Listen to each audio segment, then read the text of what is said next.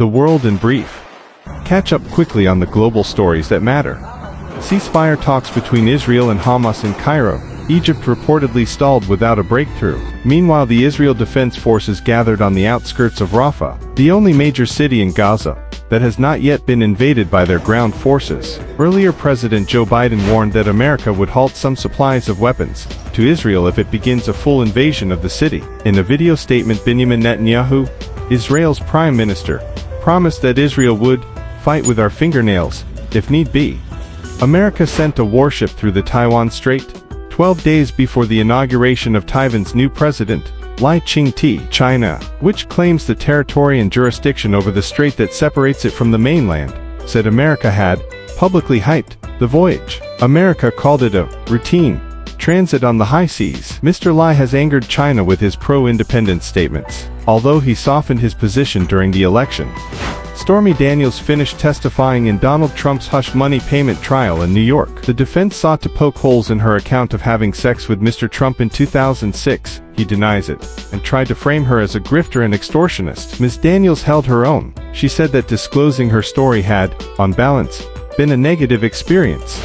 Hangzhou, a megacity in eastern China, lifted restrictions on buying residential property. The measures were imposed 8 years ago to curb speculation and prevent surging property prices in one of China's most expensive cities. Shares in Chinese property developers surged following the decision. Other cities may follow in lifting similar restrictions.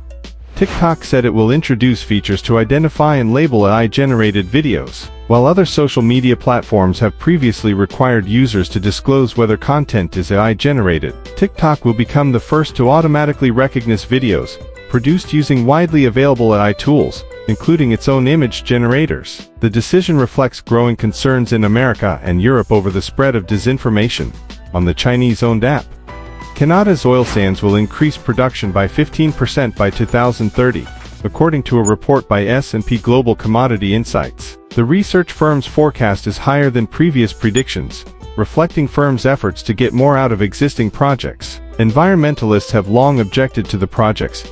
It is energy-intensive to extract oil from the thick, rocky deposits in Alberta. Russia said it would withdraw hundreds of soldiers from Armenia, where they have been deployed to guard its borders. Russia has traditionally backed Armenia in a decades-long dispute over Nagorno-Karabakh, an ethnically Armenian region recaptured by Azerbaijan last year. But Armenia's relations with Russia have soured since Nikol Pashinyan, prime minister since 2018, blamed its ally for failing to defend Armenians in the territory. Figure of the day, 148, the murder rate per 100,000 residents in the city of Duran in Ecuador last year.